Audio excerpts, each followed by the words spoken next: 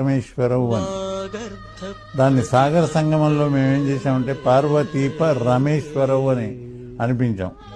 వేటూరి ప్రభాకర శాస్త్రి గారు చెప్పినటువంటి చాలా గొప్ప అమూల్యమైన రహస్యం ఇది.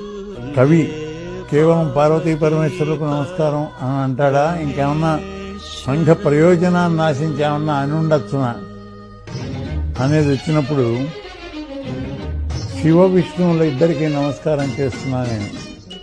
ఎందుకంటే జగత పితరవు సంస్కృతంలో ఏకద్వి బహువచనాలు ఉన్నాయి. మనకి ఇతర భాషల్లో ఏకవచనం బహువచనమే ఉంటాయి. ద్వివచనం అంటే రెండింటికి ఒక వచనం ఉంటుంది సంస్కృతంలో. పితరవు అంటే పితరహ, పితరవు పితరాహ. పితరవు అంటే ఇద్దరు తండ్రుల్లోనే. జగత పితరవు వందే పార్వతీప రమేశ్వరవు. పార్వతీప అంటే శివుడు, రమేశ్వరుడు అంటే విష్ణువు. పరమేశ్వరవు అని. దాన్ని సాగర సంగమంలో మేమేం చేశామంటే పార్వతీప రమేశ్వరవు అని అనిపించాం.